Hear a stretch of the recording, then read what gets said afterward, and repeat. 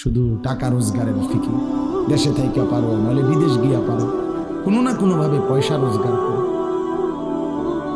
টাকা রোজগার করলে মা বাপ খুশি, টাকা রোজগার না করলে মা অখুশি। এরপরে ইমান আছে কিনা, ইসলাম আছে কিনা, নামাজ আছে কিনা, কোরআন আছে কিনা, আল্লাহ চিনে কিনা, হালাল হারাম কিনা, জায়েজ না জায়েজ না, এত কিছু ফুতরে জিগায়ও না যে ফুত কামাই যে করতেছ কি হালাল কামাই করো না না, এত কিছু দরকার। টাকা দিতেছে, খাইতেছে, ঘুমাইতেছে, বিল্ডিং করতে আসে, জমি কিনতে আসে, আফেল মাল টাকা দিতেছে।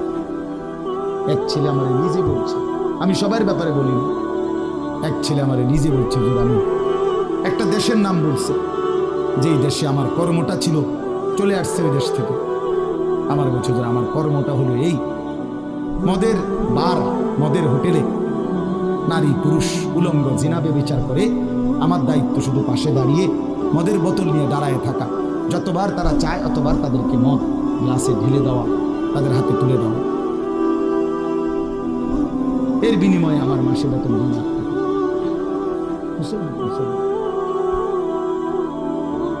মুসলমানের সন্তান, বাংলাদেশের সন্তান।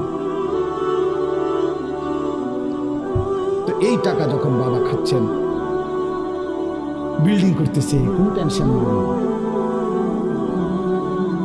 আমি আবারও বলছি, আমি সবার জন্য বলি, ওই বলছে দেখে অট্টা কইছি, কথা বলছেন, আমি তো নাম ঠিকানা বলিনি। হে আত্মীয়তার আইয়ুহাল কাতি', আত্মীয়তার সম্পর্ক ছিন্নকারী ব্যক্তি, আসো। এই জন্য ভাইয়ের সাথে যুদ্ধ করছো, বোনের সম্পদ নষ্ট করছো, চাচারে সম্পত্তি দাও নাই, এই জন্য, এই দুনিয়ার জন্য নাও, এখন না, এখন যা লাগে নাও।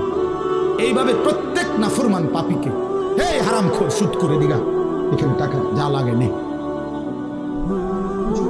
বাটপার, এখান থেকে টাকা নে, কি পরিমাণ টাকা দরকার ছিল নে। এইভাবে রাসূলুল্লাহ সাল্লাল্লাহু আলাইহি সাল্লাম বলেন, দুনিয়ার এই সম্পদগুলো কথা বলবে আর ডাকবে, ডাকলে মানুষ আচ্ছা এটা তখন কেন নেব, কথা বুঝেন নাই? এটি যখন কথা বলবে, ডাকাডাকি করবে, মানুষ কি বলবে? লোকেরা তো সবাই দাঁড়াইছে, মানুষও তো দাঁড়াইছে, তারাই তো ডাকতেছে, তো তারা কি বলবে?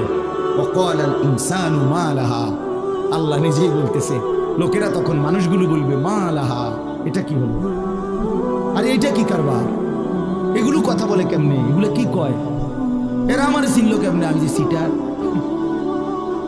আমি বাটফারে চিন্তা লাগলো ইন্নার না, একেবারে পুরা ধরা অনবিচার আচার কিছুই শুরু হয়েছে না, এখনই বেজ্জতি, বাকিটা তো অবস্থা খারাপ। মানে অর্থাৎ মানুষগুলো অবাক হয়ে বলবে মা লাহা, কি হলো জমিনে, কি হলো এগুলোর, এরা এমন করছে কেন, এরা কথা বলছে কেন? আল্লাহ বলেন ইয়াউমাইদিন তুহাদ্দিসু আখবারাহা, আল্লাহ তাআলা বলেন বান্দা হে কি দেখছো হবে, এই মাত্র দেখলা স্বর্ণ রূপ্য টাকা পয়সা কথা বলে, এখন না দেখবা আসল খেলাটা। ইয়াউমাইদিন তুহাদ্দিসু আখবারাহা, আল্লাহ বলেন এখন দেখবা সরাসরি এই হাসরের মাঠে তোমার সামনে, তোমার পায়ের নিচের জমিন, তোমার পুরা জিন্দেগির কথা, তোমার যত তথ্য, ভালো কিংবা মন্দ, নেক কিংবা গুনাহ, তোমার সমস্ত কিছু, রাতের কিংবা দিনের, একাকী কিংবা প্রকাশ্যের, গোপন কিংবা আড়ালের, আল্লাহর কসম জমিন সবটা এখন তোমার সামনে বলে দেব। ইয়াউমাইদিন তুহাদ্দিসু আখবারাহা,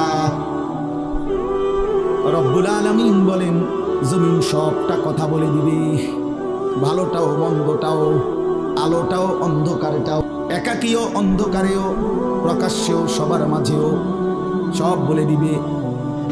রাতের চুরি বলে দিবে, রাতের তাহাজ্জুদটাও বলে দিবে, মদের আড্ডার কথাও বলে দিবে, জুয়ার আড্ডার কথাও বলে দিবে। সারা রাত যুবক উলঙ্গ ছবি দেখেছ, আল্লাহর কসম সেটাও বলবে, যে যুবক মালিকের সেজদা দিয়েছে সেটাও বলবে, তাহাজ্জুদ শোনাবে, আবার সবার সাথে যে জামাতে নামাজ পড়েছে এটাও বলবে, সব কিছু বলে দিবে। আল্লাহ বলেন যদি মানুষ ভাবতে চাও জমিন কিভাবে কথা বলে, স্বর্ণরৌপ্য কিভাবে কথা বলে, আল্লাহ বলেন বি আন্না রাব্বাকা আওহা লাহা, আল্লাহ তাআলা আদেশ করেছেন বলি কথা বলি। আল্লাহ বললে, হুকুম করিলে, আল্লাহর গোটা কায়নাত, গোটা সৃষ্টি জগৎটাই কথা বলে। ওয়াশাহিদা আলাইহিম সামউহুম ওয়া আবসারুহুম ওয়া জুলুদুহুম বিমা আল্লাহ বলে হাসরের ময়দানে বান্দা তোমার কান, তোমার চোখ, তোমার সারা দেহের চামড়া, জুলুদুহুম, তোমার সারা দেহের চামড়া হাসরের ময়দানে তোমার পুরা জিন্দেগির কর্মকাণ্ড বলে দিবে। চামড়াগুলো বলবে চামড়া, মানুষের শাহওয়াত চামড়া। এই জন্য সমস্ত যৌনতার ঘটনা, অসভ্যতার ঘটনা শরীরের চামড়া বলে, মানুষের শাহওয়াত চামড়া। কথা বুঝছেন কি? হ্যাঁ, চরমে চামড়ার মধ্যে শাহওয়াত, কামনা, বাসনা, যৌন চাহিদা।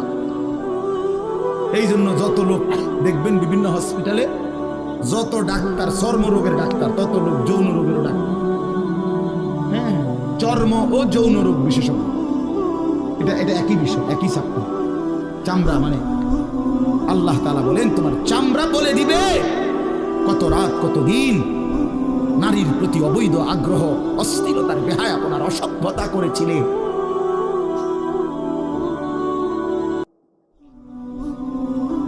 হায় হায়। এজন্য নওজোয়ান ছেলে তোমরা সবাই ভাই কষ্ট করে বসো, যে যে পাশে দাঁড়িয়ে আছো আল্লাহর ওয়াস্তে বসো, কষ্ট হলেও বসো ভাই, বসে শুনলে বরকত হবে। মোবাইলটা হাতের যাদের, এটা বন্ধ করে দাও। হাতে ধরা যেই মোবাইলগুলো, এগুলো বন্ধ করে দাও ভাই, এগুলো নামায়া ফেলো। আমাদের চেহারার দিকে তাকাইয়া আল্লাহর কথা মনোযোগ দিয়ে শুনলে লাভ হবে। আসলে বাস্তবতা হলো প্রতিটা আয়োজন কষ্টের আয়োজন। এক একটা মাহফিলের মধ্যে অনেক মেহনত করতে হয়। 2 টাকা, 10 টাকা, 20 টাকা, 50 টাকা একত্র করেই এরপরে একটা মাহফিল। এক মুঠে কেউ টাকা দেয় না, অনেক জনের কাছ থেকে বারবার গিয়ে কষ্ট করে নিয়ে সবাই মিলে মিশে একটা মাহফিল। প্যান্ডেল, মাইক, পোস্টার, হ্যান্ডবিল, বক্তা, দাওয়াত দেওয়া, ঠিকমতো আসা, মেহমানদারি, আপ্যায়ন, সব মিলাইয়া অনেক কিছু, অনেক কাজ থাকে, অনেক পেরেশান। আমার মাদ্রাসায় আগামী 14ই ডিসেম্বর মাহফিল। তো গত 1 মাস থেকে এই পরিকল্পনায়, এটা হবে কোথায়, ওটা হবে কোথায়, বক্তা বসবে কোথায়, শ্রোতা বসবে কোথায়, প্যান্ডেল হইলে কোন দিক দিয়া, এই কত কিছু যে লিখছি আমরা। তো এতে বোঝা যায় যে অনেক কিছু। এই সবটুকু কষ্ট করে যদি শুধু কেবল আসলাম আর গেলাম, কিছুই শুনলাম না, বুঝলাম না, কিছু গ্রহণ করলাম না, কি লাভ হলো ভাই? এই কষ্টেরই ইন্তেজামের মধ্যে ফায়দা। এই জুয়েল ওর কথা বারবার আমার কাছে বলছি, মাঝখানে আমি গত বছরে খুব সম্ভব ডেট দিতে পারি না, তো আবদার ছিল, আমি এবছর বলছিলাম যে ডেট মিলাই দেব, তো দেওয়া হয়েছে। আসলে সবাইরই ব্যস্ততা, সবাই কষ্ট করেই ইন্তজাম করতে হয়েছে। এই জন্য আমি অনুরোধ করি সবাই, আমরা ছেলেরা তোমরাও ভাই বসো, ভাই ওই ছেলে বসো না বাবা, এনে বসো, বসো, এই ছেলেরা তোমরাও বসো ভাই, যে কদ্দুরই শুনো, অসুবিধা নাই, যতক্ষণই শুনো। ফ্যান্ট যদি বেশি সিফা হয় তো সোজাই এসো, বসো। অনেকের ফ্যান্টে সমস্যা, এটা এত সিফা যে গোলামের প্যান্ট ফিন্ডাই দিছে, এই জন্য এটা দিয়ে বসতে পারে। এটা জানুন না? না, এটা ঐতিহাসিক তথ্য, মানে দুষ্টামি না। যাদের প্যান্ট সিফা, এটা হলো গোলামের পোশাক, মানে কৃতদাসের পোশাক। হ্যাঁ, এটা হলো আফ্রিকান, যাদেরকে দিয়ে পৃথিবীতে কৃতদাসের কাজ করাইতো, অর্থাৎ এই ভেড়া, বকরি, উট, দুম্বা, এগুলো লালন পালনের কাজ করাইতো। তো তাদেরকে এরকম সিফা প্যান্ট ফিল, মানে টাইট, কেন? যাতে বসতে না পারে। হ্যাঁ সত্যি, এটা ঐতিহাসিক কথা, যাতে বসতে না পারে, কাজে যাতে ফাঁকি দিতে না পারে, এই জন্য এদেরকে এই চিপা প্যান্ট এটা পরাই গেছে। মানে এটা কোনোভাবেই সুস্থ স্বাভাবিক কোনো মানুষের পোশাক নেই। সামান্যতম সুস্থতা আছে যার মধ্যে, সে এত টাইট এটা পরে কিভাবে, তারা হাঁটে কেমনে, বসে কেমনে, পেশাব পায়খানার জরুরত আছে মানুষের। তাইলে এটা পড়া মানে দাঁড়াইয়া প্রস্রাব করা ছাড়া অন্য কোনো সিস্টেম না, বলে এটা সে কীভাবে বুঝবে? তাইলে এত কষ্ট করে মানুষের পোশাক আল্লাহ তাআলা নাজিল করেছে। ইয়া বনি আদমা কাদ আনজালনা আলাইকুম লিবাসান, কোরআন শরীফে আছে। আল্লাহ বলেন, হে বনি আদম, আমি আল্লাহ তোমাদের উপরে পোশাক নাজিল করেছি। পোশাক আল্লাহর দেওয়া। এই যে মানুষ পোশাক পরার এই অনুভূতি, এটা আল্লাহর দেওয়া। আদম আলাইহিস সালামকে আল্লাহ তাআলা সৃষ্টি করে পোশাক ছাড়া পেশ করে নাই ফেরেশতাদের সামনে। কি মনে হয় আপনার? খোলামেলা বুঝছেন না কথাটা? তো ওনার গায়ে কি ছিল? পোশাক ছিল। তো আল্লাহ তাআলা যখন থেকে আদমকে সৃষ্টি করলেন তখন থেকে আদমের গায়ে পোশাকও দিল। সেই থেকেই পোশাক। ইউয়ারি সাওআতিকুম ওয়ারিশা, এটা স্পষ্ট। আল্লাহ বলছে দুইটা উদ্দেশ্যে পোশাক দিলাম। এক, এটা তোমাদের লজ্জা ঢেকে দিবে, আর ওয়ারিশা, এটা তোমাদের সৌন্দর্যের উপকরণ হবে। তাহলে এটার মধ্যে একটা আর্ট আছে, সৌন্দর্য আছে। এটা লজ্জা ঢাকবে। এখন যদি লজ্জাই না ঢাকে, এটা যদি সতরই না ঢাকে, তো এটা হলো কি? আল্লামা তকি উসমানী দামাত বারাকাতুহুল আলিয়া হযরত বলছেন যে কোনো মানুষের, পুরুষের সতর কোমর থেকে নিয়ে, নাভি থেকে নিয়ে হাঁটু, এটুকু জায়গা এভাবে ঢাকতে হবে। একে তো মোটা হইতে হবে কাপড়, যাতে করে পাতলার কারণে চামড়া দেখা না যায়। আরেকটা হলো এতটুকু ঢিলে ঢালা হইতে হবে, যাতে করে এতটা টাইট হইয়া না লাগে, যেন অঙ্গ প্রত্যঙ্গ, রান, পিছনের অংশ কার কেমন এটা বোঝা না যায়। স্বাভাবিক যেন ঢিলে ঢালা, নাই তো এটা কি হয় না, পোশাক হয়। একবারে শরীর সাইজ কাইটা বানানো, এটা কোনোভাবেই সৌন্দর্য না। এই জন্য এটা গুরুত্বপূর্ণ বিষয়। এটা বলে অনেক সময় অনেকেরই দেখি, এই বেচারা আমাদের সাথে কোনো সময় দেখা করতে আসলে মাদ্রাসায়, মনে করেন মাহফিলের দাওয়াত দিতে আসছে অথবা এমনি দেখা করতে, তো আমাদের তো নিচে বসতে হয়, চেয়ার টেবিল নেই। তো এই নিচে বসতে কইলে আর ওই তারা ওইটারে টানতে ফ্যান যান শেষ। বেচারা নিজেও কষ্টে প্যারেশানিতে পড়ে, আমরাও প্যারেশানি। এই জন্য স্বাভাবিক ঢিলে ঢালা পোশাক পরা উচিত, একটু যেন করে চলতে ফিরতে আরাম। ভাই তোমরা বসতে না, তোমরা তো চলে যাও, এটা অপদার্থ কোথাকার, যাও এখান থেকে, যাও। তোমার মতো দু চারজন শ্রোতা না হলে কি ফালতু কোথাকার। এতবার বললাম, এটা বসতে ক্ষতি কি? আল্লাহর কথা বসে শুনতে হয়। এটা এতবার একটা কথা বলতেছি, এটা যদি গুরুত্ব না হয় এটা কি হলো বলেন? আল্লাহর কথা বসে শুনতে হয়। এটা তো একটা সার্কাস না, কি বলেন? এটা কি একটা সার্কাস? কোরআন শরীফে আছে এটা। মুসা আলাইহিস সালামকে আল্লাহ তাআলা তুর পাহাড়ে জুতা খুলতে বললেন কেন? জুতা খুলে বসবার জন্য। আল্লাহর কথা বসে শুনতে হয়, জুতা খুলে শুনতে হয়, তাইলে নিজের মধ্যে পরিবর্তন আসে। আদব ছাড়া ইলম হয় না। কোরআন সুন্নাহর যে জ্ঞান, এই জ্ঞানের জন্য আদব জরুরি। অন্য পড়ার জন্য এটা এতটা জরুরি। বাংলা, অঙ্ক, ইংরেজি, পদার্থ, জীববিজ্ঞান পড়ার জন্য পেশাব করে ফানি লন লাগে, বুঝেন না? দাঁড়াইয়া বসুক, বসে পড়ুক, বসে পেশাব করুক, এতে কোনো অসুবিধা নেই। কিন্তু আল্লাহর কোরআন পড়বার জন্য, রাসূলুল্লাহ সাল্লাল্লাহু আলাইহি সাল্লামের সুন্নাহ পড়বার জন্য প্রস্রাব করে ঢিলা নিতে হয়, টয়লেট পেপার ব্যবহার করতে হয়, পানি ব্যবহার করতে হয়, পবিত্র হইতে হয়। হ্যাঁ আসো আব্দুর রহমান, তুমি এনে আও। না না এখানে আসো। তো এই জন্য এটা জরুরি বিষয়। আমাদের কোরআন এবং সুন্নাহর ইলমের জন্য আপনার আদব জরুরি, আখলাক জরুরি, তাহারাত জরুরি। এই যে এখন এখানে একটা, এটা আপনাদের এটা শুধু একটা মহরানা, বরং এখানেও তো কোরআন সুন্নাহর ইলম বলার জন্যই উলামায়ে কেরাম আপনাদেরকে বসাইছে, ঠিক না? তো তাইলে আদব জরুরি। মাওলানা ইয়াহিয়া বয়ান করতেছিলেন, হ্যাঁ আল্লাহ তাআলা, আমি যেটুকু আইসা মাত্র শুনলাম, আল্লাহ তাআলা হাসরের ময়দানে এক কদম পাও বাড়াইতে দিবেন, জিন্দেগির প্রতি ইঞ্চির হিসাব হবে। আন উমরিহি ফিমা আফনাহু, পুরা হায়াত বান্দা কোথায় ব্যয় করেছো বলো আমার দেওয়া হায়াত। ওয়া আন শাবাবিহি ফিমা আবলাহু, শুধু যৌবনটা কোথায় ব্যয় করেছো সেটা আমাকে আলাদা বলো। ওয়া আন মালিহি মিন আইনা ইকতাসাবাহু ওয়া ফিমা আনফাকাহু, প্রতিটি টাকার ব্যাপারে হিসাব দাও। দুইটা, এক, টাকাটা কামাই করছো কেমনে, ব্যয় করেছো কোথায়।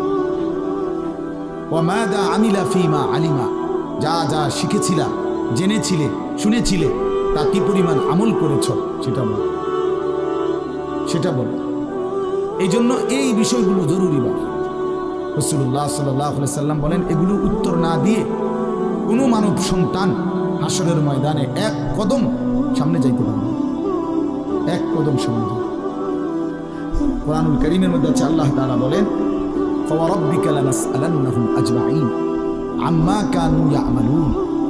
আল্লাহ তাআলা বলেন, আমার কসম, মানে আল্লাহর কসম, আল্লাহ নিজের কসম করে বললেন, আমি অবশ্যই তোমাদেরকে জিজ্ঞেস করব, অবশ্যই অবশ্যই সকলকে, আজমাঈন সকলকেই আমি আল্লাহ জিজ্ঞেস করব, আম্মা কানু ইয়ামালুন, দুনিয়ার হায়াতে যা তোমরা করেছি। এই জন্য আল্লাহ তাআলার আড়াল হওয়ার কোনো সুযোগ নেই, হিসাবের বাইরে আমরা কেউ না। আল্লাহ তাআলা বলেন, সুম্মা লাতুসআলুন্না ইয়াওমাইদিন আনিন নাঈম। আল্লাহ তাআলা বলেন, ওই বাবা কি ফলাস্টিক কথা বলো কেন? আল্লাহ তাআলা বলেন, আমার দেওয়া প্রতিটি নিয়ামত সম্পর্কে অবশ্যই আমি তোমাদেরকে জিজ্ঞেস করব, প্রতিটা নিয়ামত। হাদিসের মধ্যে আছে আল্লাহ তাআলা জিজ্ঞেস করবেন, নবী সাল্লাল্লাহু আলাইহি সাল্লাম বলেছেন, আল্লাহ জিজ্ঞেস করবেন, আলাম নুসিহ জিসমা, বান্দা আমি মোট এতদিন তোমার শরীর সুস্থ রাখি নাই, সেইটুকু শুকর কি আদায় করেছো বলো? অনুরভিকা মিনাল মা, আমি কি তোমাকে প্রতিবার তৃষ্ণার্ত অবস্থায় পানি পান করিয়ে তোমার তৃষ্ণা নিবারণ করি নাই? যতবার পানি পান করছো, তো এরপরে আমার কি শুকর আদায় করছো বলো বান্দা? আহা বদনসিব মুসলমান তো আলহামদুলিল্লাহ বলতেও জানো, পানি পান করে সেটা যে একবার আলহামদুলিল্লাহ বলবে, এটুকু তো জানো, এটুকু তো জানো। তাইলে এই জন্য বললাম, আমরা কিন্তু প্রত্যেকেই আমাদের হায়াত, ইয়াহইয়ার ওই কথার থেকে আমি বললাম, আমাদেরকে উত্তর দিতে হবে। ওয়াকিফুহুম ইন্নাহুম মাসউলুন। আল্লাহ তাআলা বলেন, হাসরের ময়দানে ফেরেশতাদেরকে বলবেন, আমার বান্দাদেরকে দাঁড় করাও, তাদেরকে এখন জিজ্ঞেস করা হবে একজন একজন করে। ওয়াকুল্লুহুম আতিহি ইয়াউমাল কিয়ামাতি ফারদান। আল্লাহ বলেন, সকলকে আমি আল্লাহর সামনে আসতে হবে একজন একজন। ফারদান অর্থ ওয়াহিদান, একজন একজন আমার সামনে এসে দাঁড়াও, আমার সামনে তুমি একাকী উত্তর দিবে, কোনো দুভাষী থাকবে না, একাকী উত্তর দিবে। এই জন্য বাপ আমার, এটা জরুরি বিষয়, আমাদের জন্য জরুরি বিষয়। আমরা যেন আমাদের জিন্দেগির কদর করি। ছেলেরা তোমাদেরকেও বলি, ভাই হায়াত এই শুধু শুধু কাটাইয়া বলতে কোনো ফায়দা নেই। বুট খাইতে খাইতে নষ্ট করে দিলাম জীবন, সামান্য মোবাইলের জন্য জীবন। একটা মোবাইলের আর কতই দাম, 12, 14, 18,000 টাকা। তো এই সামান্য টাকার একটা মোবাইল, এর জন্য এত সুন্দর হায়াত শেষ করে দাও, এটা ঠিক না। বন্ধুদের আড্ডায় 5 ঘন্টা 6 ঘন্টা জীবন শেষ করে দিলেন। আল্লাহ আমাদেরকে বুঝ দান করে। এজন্য চলেন, প্রতিটা মাহফিলের বয়ান মনোযোগ দিয়ে শুনবেন, জুমার নামাজের বয়ান মনোযোগ দিয়ে শুনবেন। যখনই ওলামায়ে কেরাম কথা বলে মনোযোগ দিয়ে শুনলে ধীরে ধীরে পরিবর্তন হয়। মানুষ একদিনে বদলায় না, এটা আমরাও জানি। একদিনে কোনো জুনায়েদ বাগদাদি হয়ে যাবে না, একদিনে কোনো আব্দুল কাদের জিলানী হয়ে যাবে না। ওনারা নিজেরাও একদিনে হয় না, তা আপনি হবেন কেন? বুঝেন নাই? জুনায়েদ বাগদাদি এত বড় আল্লাহর ওলি হয়েছে একদিনে, তো বাইজিদ বুস্তামি এত বড় আল্লাহর ওলি হয়েছে একদিনে, তো আপনি হবেন কেন? কাজে এইটা কোনো কথা না। কিন্তু শুনতে থাকলে, গুরুত্ব দিলে, আন্তরিকতা দিয়ে শুনলে একদিন আল্লাহ তাআলা বদলে পরিবর্তন নসিব হয়। এই পৃথিবীতে অগণিত মানুষ যারা জালেম ছিল, নাফরমান ছিল, পাপী ছিল, হাজারো অন্যায়ের মধ্যে ডুবা ছিল, এমন মানুষও আল্লাহর দয়ায় কোনো একদিন রাত গভীরে, কোনো একদিন দিনের আলোতে, কোনো সামান্য কথায়, কোনো সামান্য ঘটনায় জিন্দেগি বদলাই ফেলছে। পিছনের জীবন থেকে তাওবা করে নতুন জীবন গ্রহণ করছে। আল্লাহ পাককে রাজি খুশি করে জামানার আউলিয়া হয়ে গেছে। এরকম বহু ঘটনা আছে, বহু ঘটনা, বহু ঘটনা। এই জন্য আমরা ইনশাআল্লাহ মনোযোগ দিয়ে আল্লাহর কথা, আমার বয়ান না শুনে সমস্ত আলেমদের বয়ান মনোযোগ দিয়ে শুনবেন। বলেন ইনশাআল্লাহ।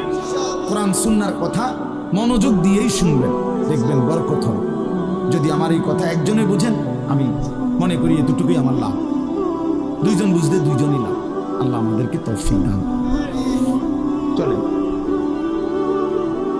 কোরআনুল কারীমের এই সূরাটি 99 নম্বর সূরা। 114টি সূরা কোরআন শরীফে, তন্মধ্যে এটা হলো 99 নম্বর। 30 নম্বর পারা। পুরা কোরআনুল কারীমের মধ্যে মোট 30 পারা। এই মোট 30 পারার মধ্যে এটা হলো 30 নম্বর পারার সূরা, 99 সূরা নম্বর। সূরাটির নাম হচ্ছে জিলজাল, সূরায়ে জিলজাল। জিলজাল শব্দের অর্থ বা জালজালা, জিলজাল একই শব্দ, দুইটার দুই রকম ব্যবহার। অর্থ হলো ভূমিকম্প। জিলজাল শব্দের অর্থ কি বলেন? ভূমিকম্প। ভূমিকম্প, এই যে জমিন কাঁপে, ভূমিকম্প হয়, এই সূরার অর্থ হলো এইটা। এই ভূমিকম্প বলতে, জিলজাল বলতে আল্লাহ তাআলা কিয়ামতের ভূমিকম্প বুঝাইছে। পৃথিবীতে এমনিতে প্রতিনিয়ত মাঝে মধ্যে বিভিন্ন এলাকা ভেদে, অঞ্চল ভেদে ভূমিকম্প হয়। হ্যাঁ, আধা মিনিট, 30 সেকেন্ড, 40 সেকেন্ড, 50 সেকেন্ড কিংবা তার চেয়ে সামান্য কম বেশি এরকম সময় ভূমিকম্প হয়। এতেই বহু ক্ষয়ক্ষতি হয়। যখনই যেখানে কোথাও ভূমিকম্প হয় তো সেখানে অনেক ক্ষয়ক্ষতি হয়, ঘর বাড়ি বিভিন্ন কিছুর অনেক ক্ষতিগ্রস্ত হয়। কিন্তু আল্লাহ তাআলা বলেন একটি চূড়ান্ত ভূমিকম্প আছে, যেই ভূমিকম্পটা যখন হবে তখন একসাথে আল্লাহর সৃষ্টি পুরাটা জমিন একসাথে ভূমিকম্প, এবং সেটা কতক্ষণ থাকবে সেটা আল্লাহই জানে, সেটা আল্লাহই জানে।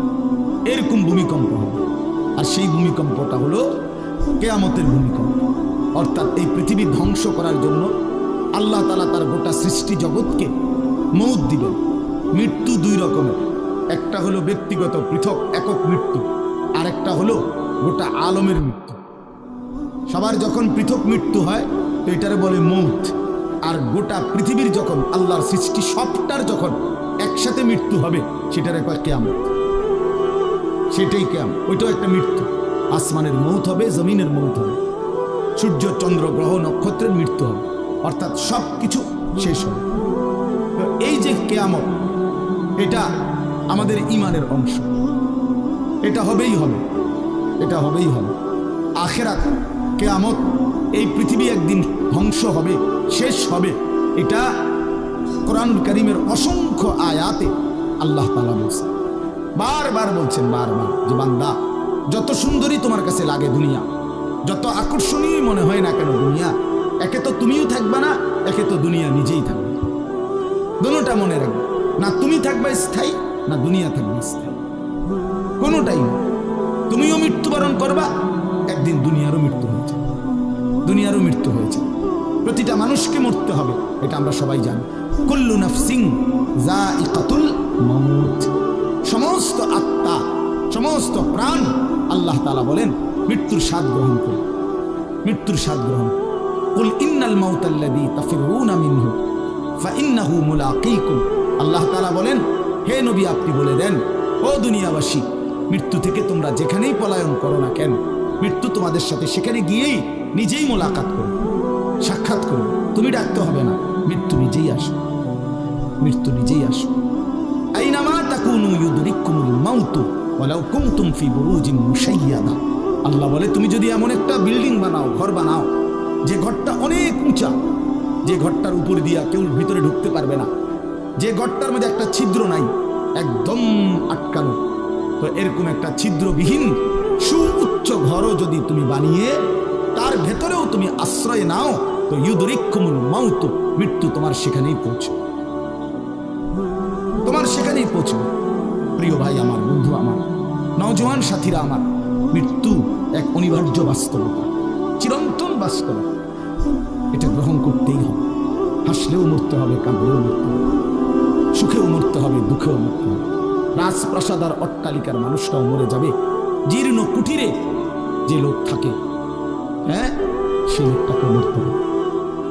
জীবনে কোনোদিন দুঃখ দেখে নাই যে সেও মরে যাবে, জীবনে কোনোদিন সুখ দেখে নাই যে সেও মরে যাবে, সব মরে যাবে।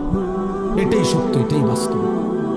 অতএব মৃত্যু এক অনিবার্য বাস্তবতা, এটা গ্রহণ করতেই হবে।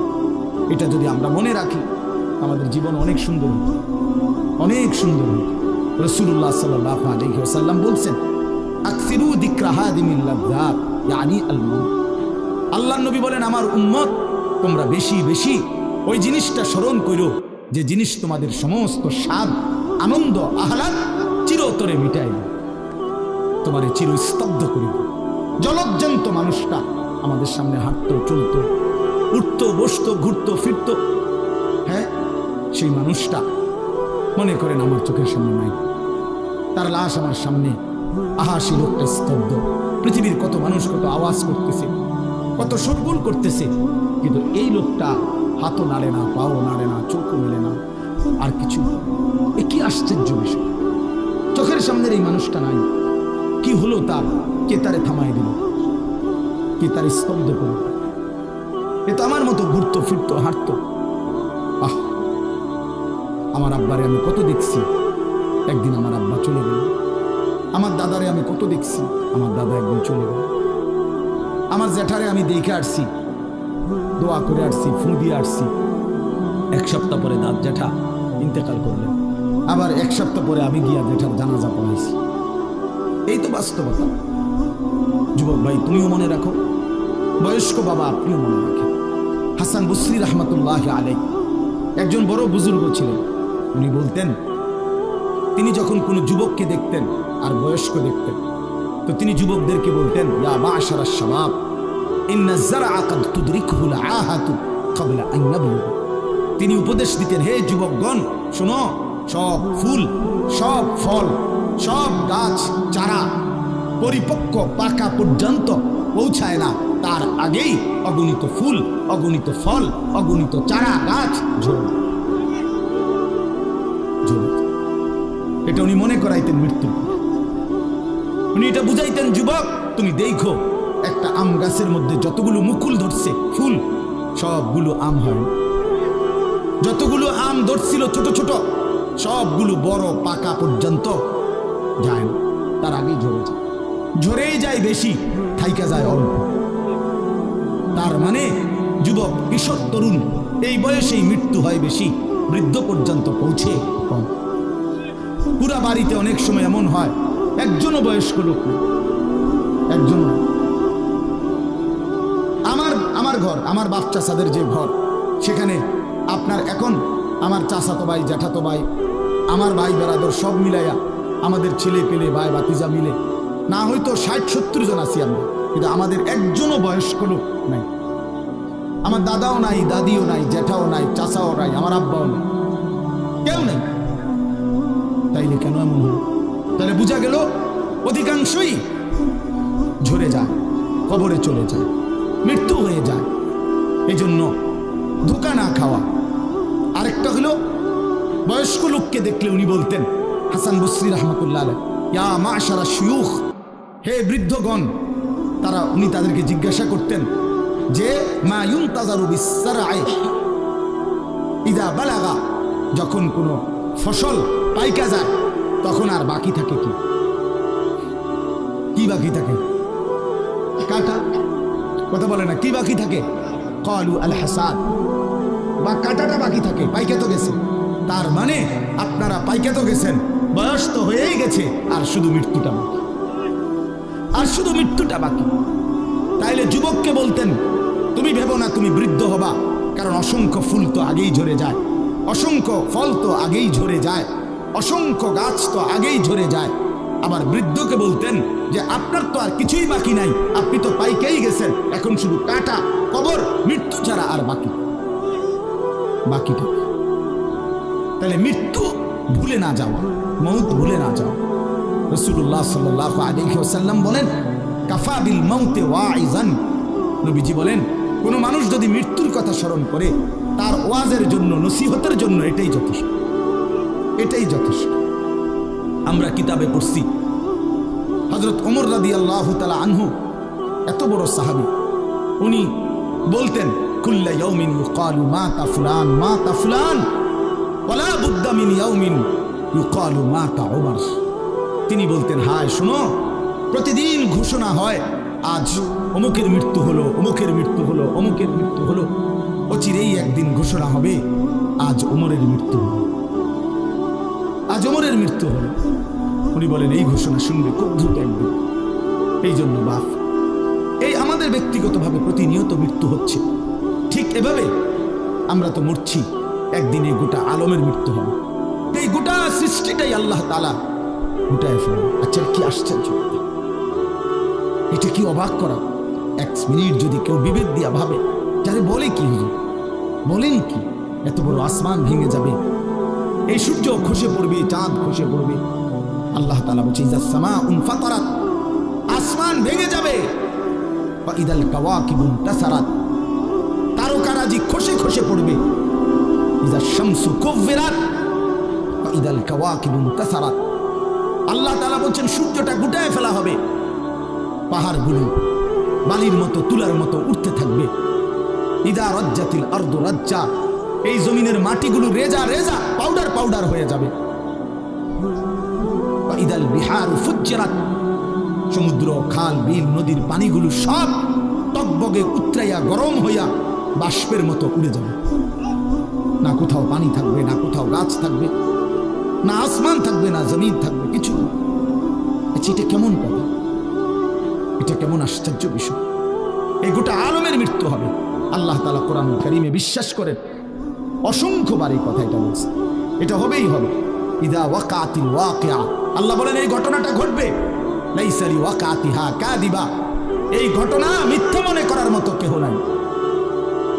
যেদিন ঘটে যাবে তখন আর কারো কোনো মিথ্যাবাদী আর থাকবে না, অর্থাৎ কেউ আর অস্বীকার করার সুযোগ হবে না। চোখের সামনে, চোখের সামনে কোরআন শরীফে একটা সূরা আছে, সূরা হজ।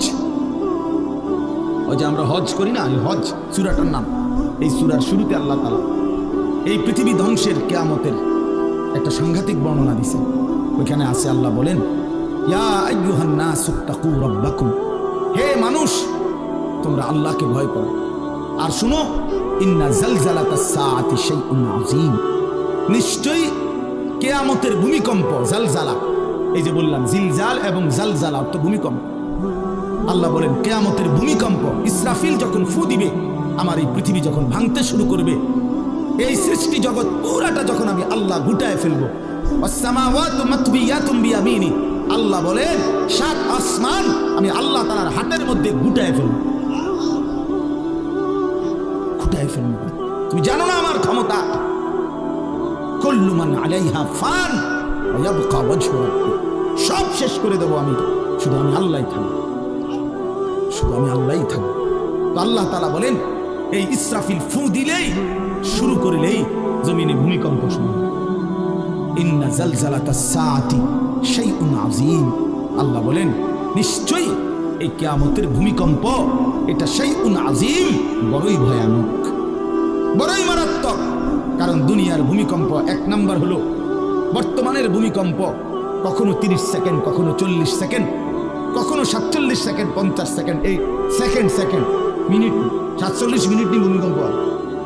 কথা কর না কেন? 30 মিনিট ভূমিকম্প হয়, 30 মিনিট ভূমিকম্প হইলে আমাদের 14 গোষ্ঠী থাকবে নাকি? 30 সেকেন্ড 40 সেকেন্ড হয় ভূমিকম্প। এইটুকুতে একে তো সময় সামান্য, দ্বিতীয়ত হলো একসাথে গোটা পৃথিবীতে হয় না, এদিকে হলে ওইদিকে হয় না, এরকম। কিন্তু আল্লাহ তাআলা বলেন ইসরাফিল ফু দিলে যে ভূমিকম্পটা হবে, সেই ভূমিকম্পটা গোটা পৃথিবী একসাথে নাড়ায় দেবে, একসাথে।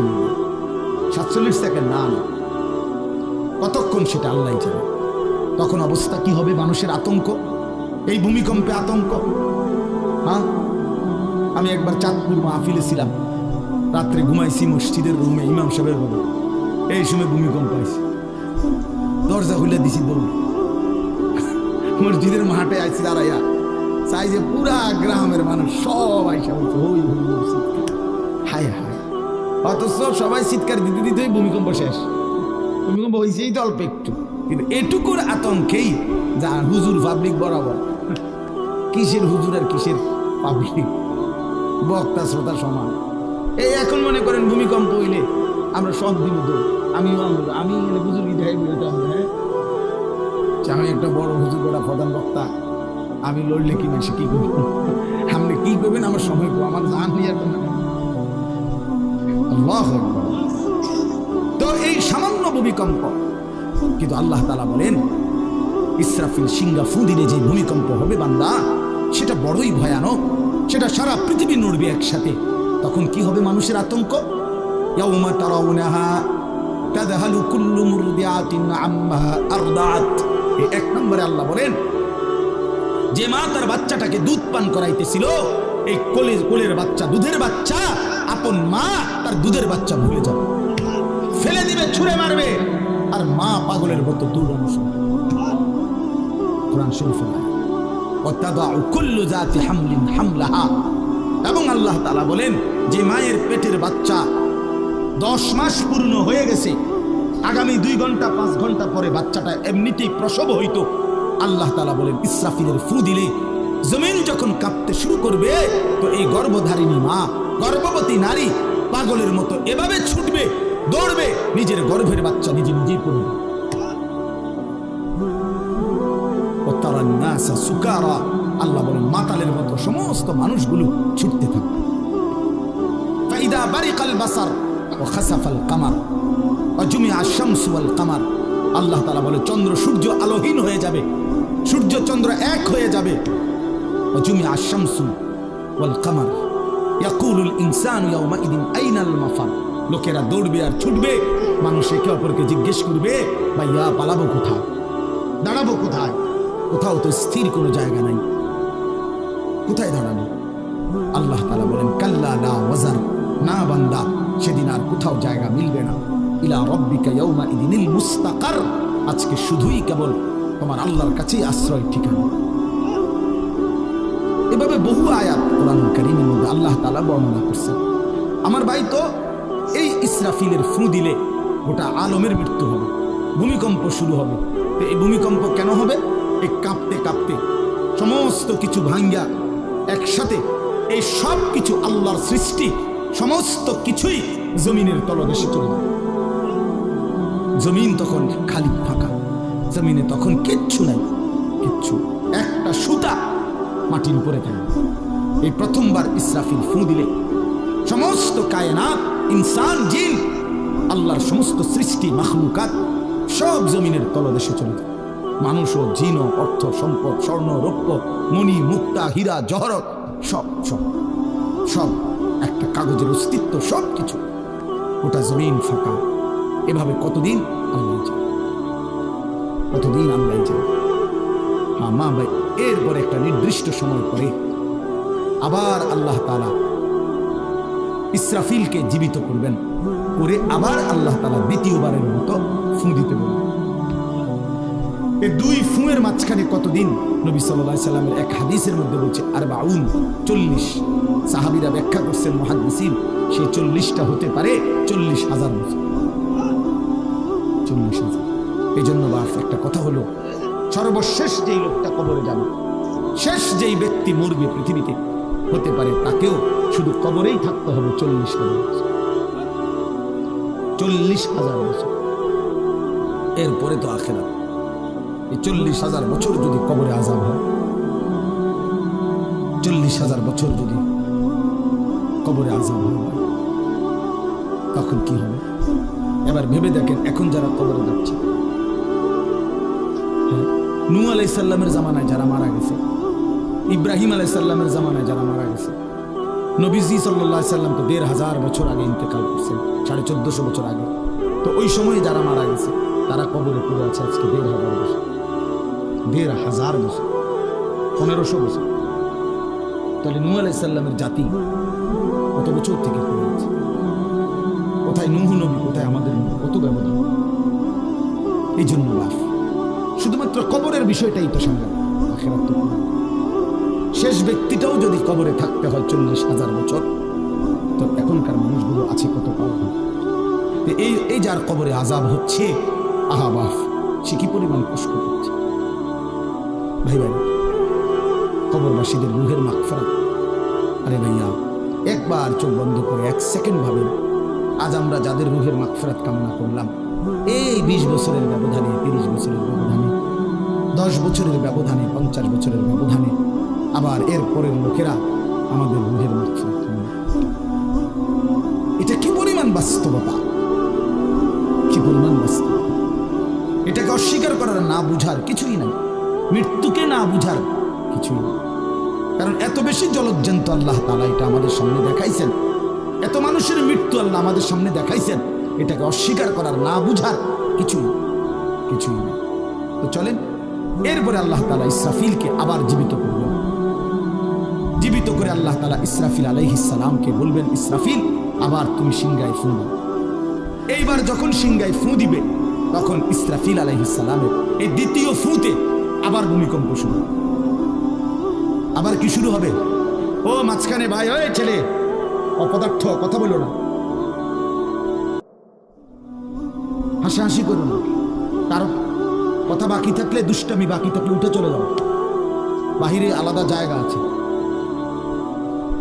গাফেল সন্তান কোনো কিছুতেই যাকে কোনো আসর করে না। আহা, আপনারা জানেন না, আপনাদের এক এক ছেলের অবস্থা হলো কলিজাটা পাথর হয়ে গেছে, কোনো কিছুই তার কলিজা নাড়ায় না। এত শক্ত জানোয়ার যে খোদার 365 দিনে কোনো দিন ফজরের নামাজ পড়ে না, একদিনও না। মানুষের বাচ্চা এত বড় জানোয়ার হয় কেন? আরে তুই কোন মানুষের বাচ্চা? তুই কোন মার দুধ খাইলি? না ফরমান, কেমনে মানুষ হইল? কি ধরনের একদিনও নামাজ? ছি ছি ছি ছি ছি, মুসলমানের বাচ্চা এত বড় জানোয়ার হয় কেন? কোনদিন নামাজ পড়ে না, 6 মাসে 9 মাসে কোনদিন বলতে পারবে না নাফরমান। কোনদিন 5 ওয়াক্ত নামাজ পড়ছে কিনা? হায় হায়, এত বড় অসভ্য। মায়ের সন্তান হয় কেন? বাবার সন্তান হয় কেন? চিন্তা কর, কোনো কিছুই ছেলে পেলেদের হালাত হলে এই পরিমাণ লাগাম ছাড়া কিসের মা কিসের বাবা? কে তার মা, কে তার বাপ, কে কি তার ধর্ম, তার আল্লাহকে, তার রসুলকে, তারে বানাইছে কে, আসছে কোত্থেকে, কেন আসছে, কি করতেছে, কি করছে, কিচ্ছুর খবর, কিচ্ছুর খবর। আসে, হাঁটে, বুট খায়, বন খায়, মোবাইল টিপে, খারাইয়া মতে, বইয়া মতে, বন্ধু বান্ধবদের সাথে আড্ডা দেয়, মেয়ের পিছনে ঘুরে, অসভ্য অশ্লীল কথাবার্তা বলে। এটা কি একটা জিন্দিগি? দেখেন, কোন সুস্থ স্বাভাবিক মানুষ এমন হয়? বলো ভাইয়া, বলো।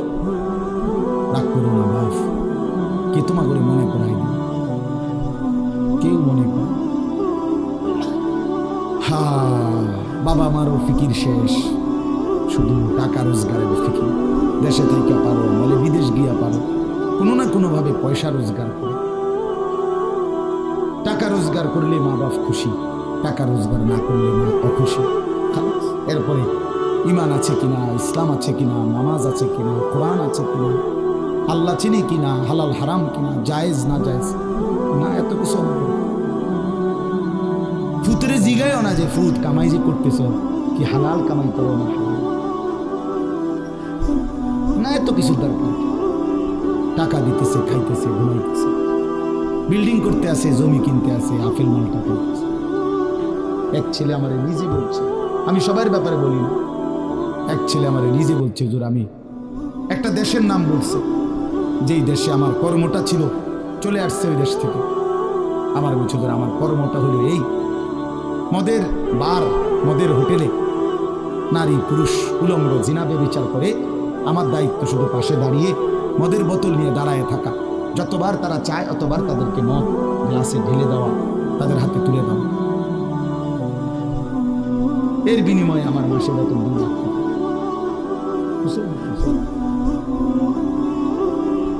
মুসলমানের সন্তান, বাংলাদেশের সন্তান। তো এই টাকা যখন বাবা খাচ্ছেন, বিল্ডিং করতেছে, কোনো টেনশন নেই। আমি আবারও বলছি, আমি সবার জন্য বলি না, ওই বলছে দিকে অট্টা করেছি, কথা বুঝছেন? আমি তো নাম ঠিকানা বলি না, এই জন্য আমার বাপ। ডাক দিয়েন না, ডাক দিয়েন, একজনও ডাক দিয়েন, অসভ্যরে ডাক দিয়েন না। হ্যাঁ হ্যাঁ, ডাক দিবেন কেন? হাইওয়ানকে ডাক দিবেন কেন? শুনেন, আপনারাই শুনেন, এত মানুষ শুনতে হবে না, কোনো অসুবিধা নেই, কোনো অসুবিধা নেই।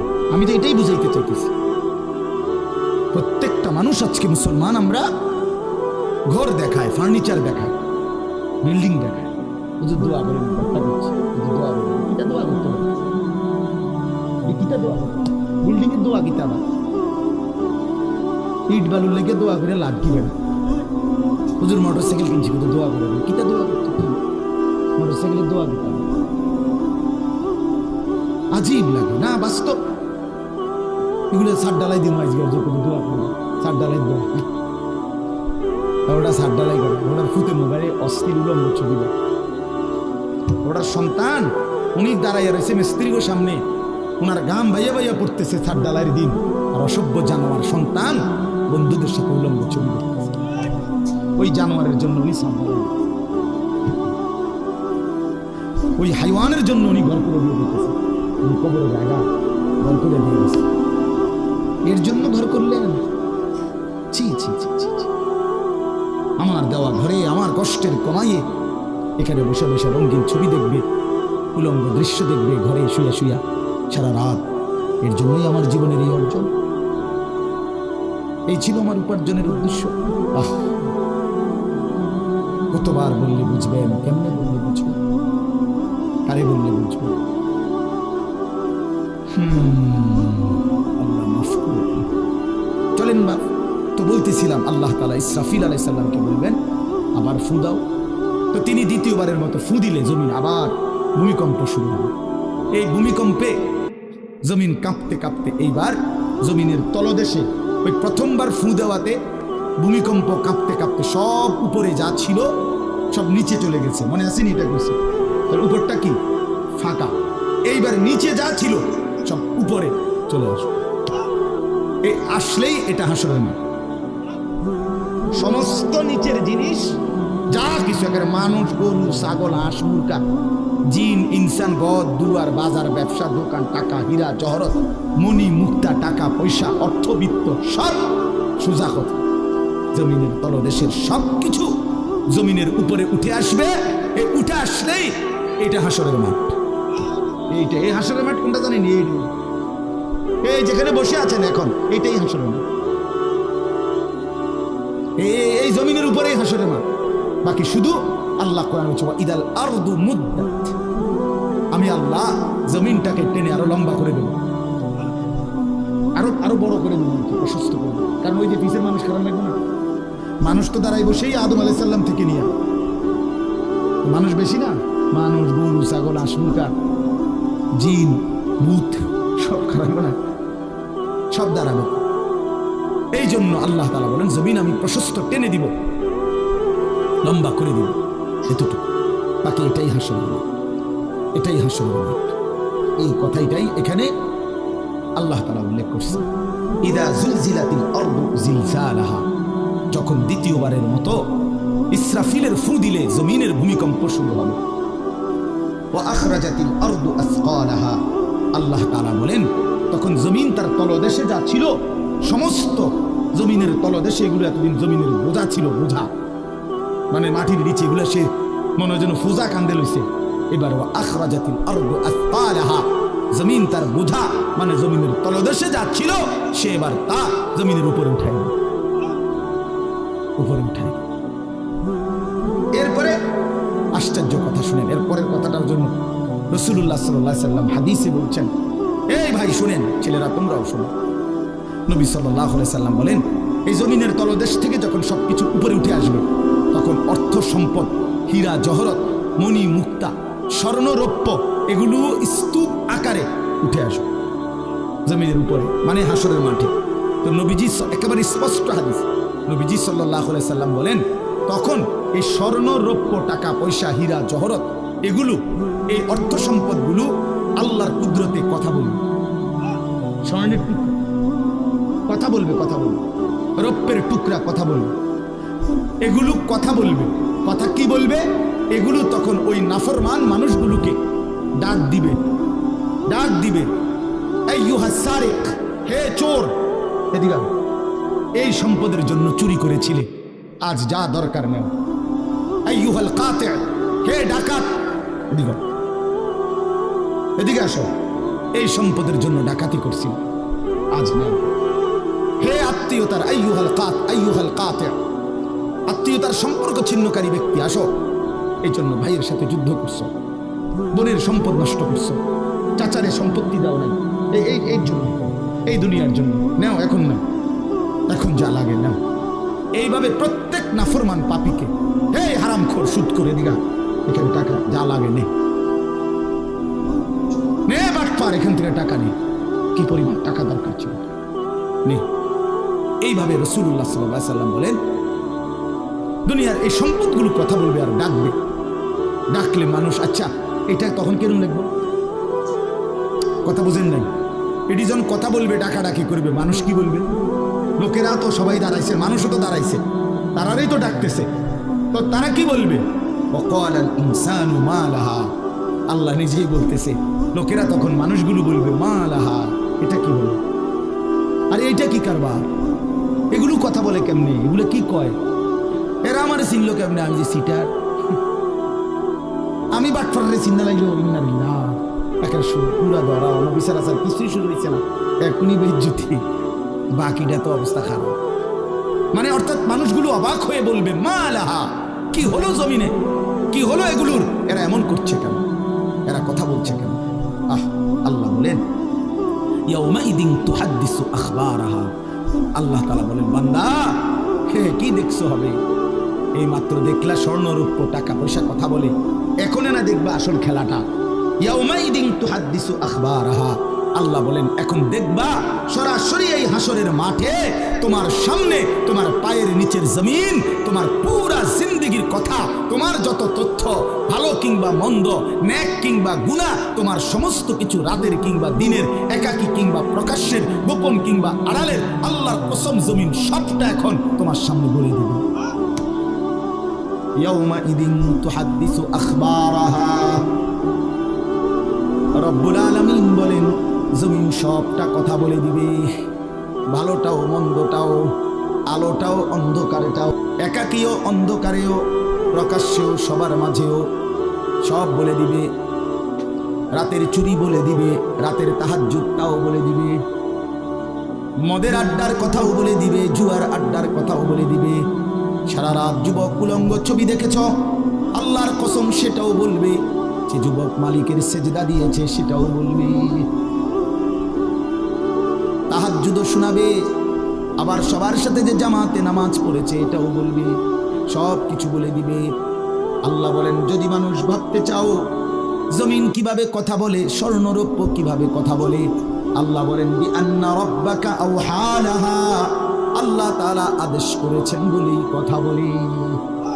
আল্লাহ বললে, হুকুম করিলে আল্লাহর গোটা কায়নাত, গোটা সৃষ্টি জগৎটাই কথা বলে। ও শাহিদা আলাইহিম সামউহুম ওয়া আবসারুহুম ওয়া জুলুদুহুম বিমা কানু ইয়ামালুন। আল্লাহ বলে হাসরের ময়দানে বান্দা, তোমার কান, তোমার চোখ, তোমার সারা দেহের চামড়া, জুলুদুহুম, তোমার সারা দেহের চামড়া, হাসরের ময়দানে তোমার পুরা জিন্দেগির কর্মকাণ্ড বলে দিবে। চামড়াগুলো বলবে, চামড়া, মানুষের শাহওয়াত চামড়া। এই জন্য সমস্ত যৌনতার ঘটনা, অসভ্যতার ঘটনা শরীরের চামড়া বলে দিবে, মানুষের শাহওয়াত চামড়া। কথা বুঝছেন কি? হ্যাঁ, চরমে চামড়ার মধ্যে শাহওয়াত, কামনা, বাসনা, যৌন চাহিদা। এই জন্য যত লোক দেখবেন বিভিন্ন হসপিটালে, যত ডাক্তার চর্মরোগের ডাক্তার, তত লোক যৌন রোগেরও ডাক্তার। হ্যাঁ, চর্ম ও যৌন রোগ বিশেষজ্ঞ, এটা একই বিষয়, একই চাকরি। চামড়া মানে আল্লাহ তাআলা বলেন তোমার চামড়া বলে দিবে কত রাত, কত দিন নারীর প্রতি অবৈধ আগ্রহ, অস্থিরতার, বেহায়াপনার, অসভ্যতা করেছিলে।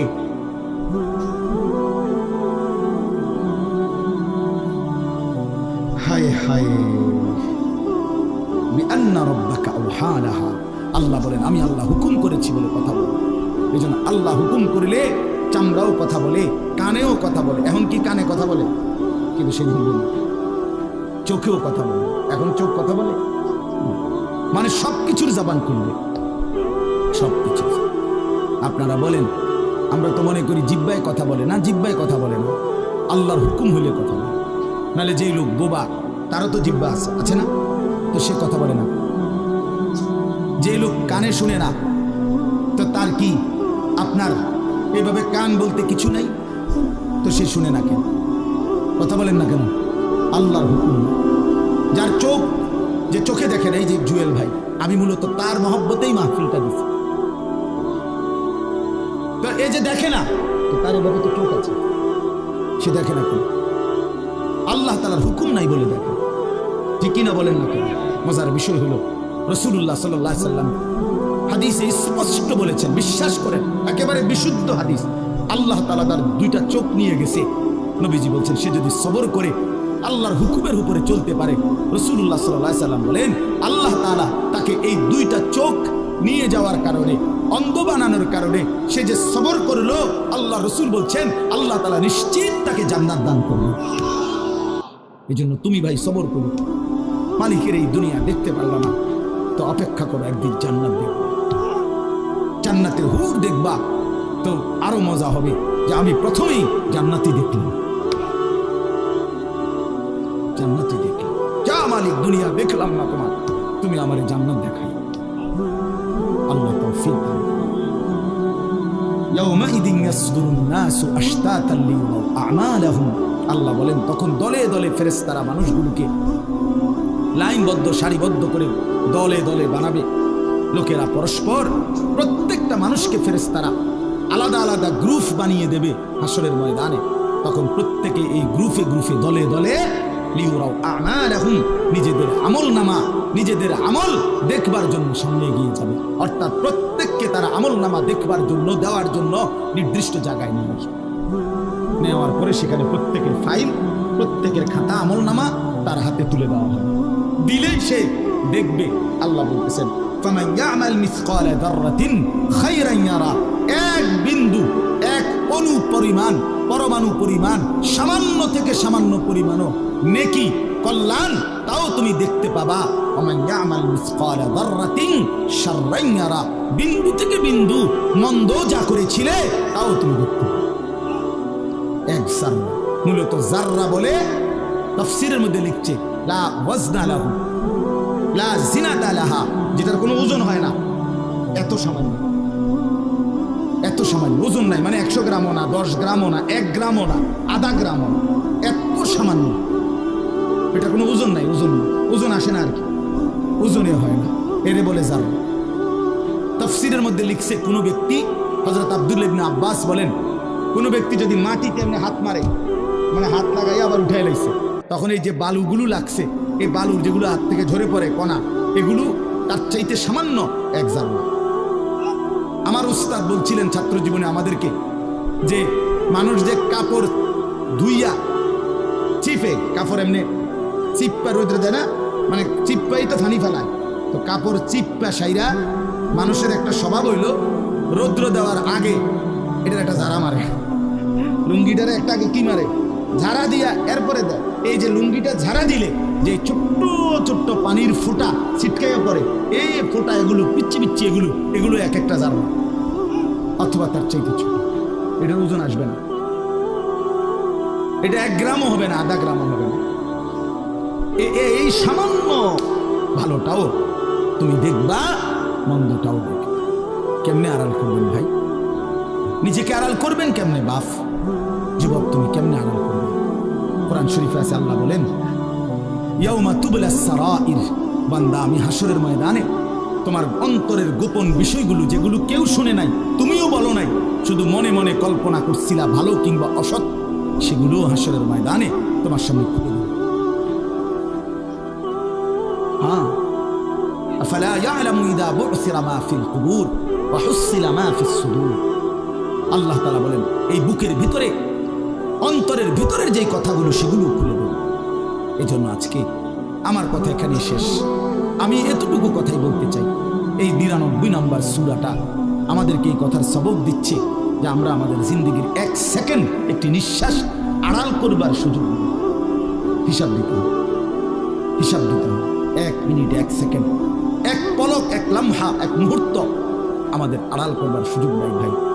ভালোটার প্রতিদানও নিতে হবে, মন্দটারও প্রতিদান নিতে হবে। তাইলে কেন জীবন নষ্ট করব? কেন হায়াত নষ্ট করব? আমার অনুরোধ রইল, যতগুলো যুবক ছেলে আছো ভাই, তোমাদের কাছে অনুরোধ, মৌলানা কথা বলবে, এরপরে আরো একটু বয়ান হলে এরপরে দোয়া হবে, কিন্তু আমার মাঝখান দিয়ে এই কথাটাই আমি অনুরোধ করে বললাম, প্রত্যেকেই দয়া করে আল্লাহর ওয়াস্তে নিজের জীবনের কদর করো ভাই। আমার এটাই শেষ কথা। যুবক ছেলেরা, তুমি আমার সাথে এখন যাইবা না, আমিও তোমার সাথে যাব। এই দুনিয়াও যেমন আমি আলাদা চলে যাচ্ছি, আপনারাও আলাদা চলে যাবেন, কিন্তু বাস্তব কথা হলো আমি আপনি প্রত্যেকে আলাদা আলাদা কবরে আখিরাতে আল্লাহর সামনে মুখোমুখি হতে হবে। এই জন্য হাত জোর করে অনুরোধ করছি ভাই, নিজেরা নষ্ট করুন। একটা ছেলেও যদি বুঝো, আমার অনুরোধ রইল তোমার প্রতি, তুমি নষ্ট হইও না, চরিত্রহীন হইও না, তুমি হায়াতটা শেষ করে দিও, কষ্ট পাইবে। এই নারী ছবি, অশ্লীল দৃশ্য, উলঙ্গপনা, বেহায়াপনা, এই জেনা ব্যভিচারের দৃশ্য, এগুলো দেখো। চেষ্টা করো 5 ওয়াক্ত নামাজ পড়তে, 5 ওয়াক্ত নামাজ পড়তে হিম্মত করলে পারবা ভাই। পেশাব পায়খানার পরে টয়লেট পেপার ব্যবহার করো, পানি ব্যবহার করো, দেখবা শরীর পবিত্র থাকলে আল্লাহর ইবাদত করতেও মন চায়। মূলত মানুষ অনেকের যাদের নামাজ ছুটে যায়, তাদের একটা বড় কারণ হলো তার শরীর অপবিত্র, শরীর নাপাক, আর নাপাক দেহে নেক কাজের তামান্না, আগ্রহ জাগে না। এই জন্য এই যে পেশাব করে পানি নেয় না, টয়লেট পেপার ব্যবহার করে না, এই অসভ্য এই কারণে নামাজ পড়তে চায়। বাস্তব কথা, এর তখন আর হায়া লজ্জা থাকে না। এই জন্য সবাই মিলে ইনশাআল্লাহ নামাজ পড়ে নিজেদের স্ত্রী, কন্যা, বোনকে পর্দা পশিদায় রাখতে চেষ্টা করেন। যে মেয়েটার পর্দা নাই, যে মহিলার পর্দা নাই, বিশ্বাস করেন যে তার নিজের ইজ্জত, নিজের কদর, নিজের সতীত্ব, নিজের পর্দার কদর বোঝে না। এটা কোনো নারী না, এটা কোনো মহিলা না, এটা প্লাস্টিক জাতীয় কিছু হইতো। এটা এক ধরনের প্লাস্টিক, এটা এক ধরনের অসভ্য। যে নারী বেপর্দা, যেই মেয়ে দুশ্চরিত্র, যেই মেয়ে চরিত্রহীন, যেই মেয়ে বেহায়ার মতো চলে, সে শুধু নিজের ক্ষতি করে না, সে একটি সমাজ নষ্ট করে, একটি মহল্লা শেষ করে। এই আগুন সারা মহল্লায় জ্বালায়া দেয়, তার রূপের যৌবনের আগুন জ্বালায়া অসংখ্য যুবকের জিন্দগি নষ্ট করে। এই জন্য ওই জানোয়ার মনে রাখতে হবে, ওই অসভ্য নারী যতগুলো ছেলে তাকে দেখে অবৈধ কামনা বাসনা করছিল, এই সমস্ত যুবকের সমপরিমাণ গুনাহ ওই অসভ্য মেয়ে, ওই নর্তকী, ওই ব্যভিচারিণী নারী তাকে ভোগ করতে হবে। এত সুধান। এই জন্য বাবাদেরকে বলে ছেলেদের দিকে কদর করেন, মেয়ের দিকে নজর দেন, স্ত্রীর দিকে নজর দেন। ওই খাট পালং দেখাইয়েন না, বিল্ডিং দেখাইয়েন না, ইতান দেখাইয়া লাভ না।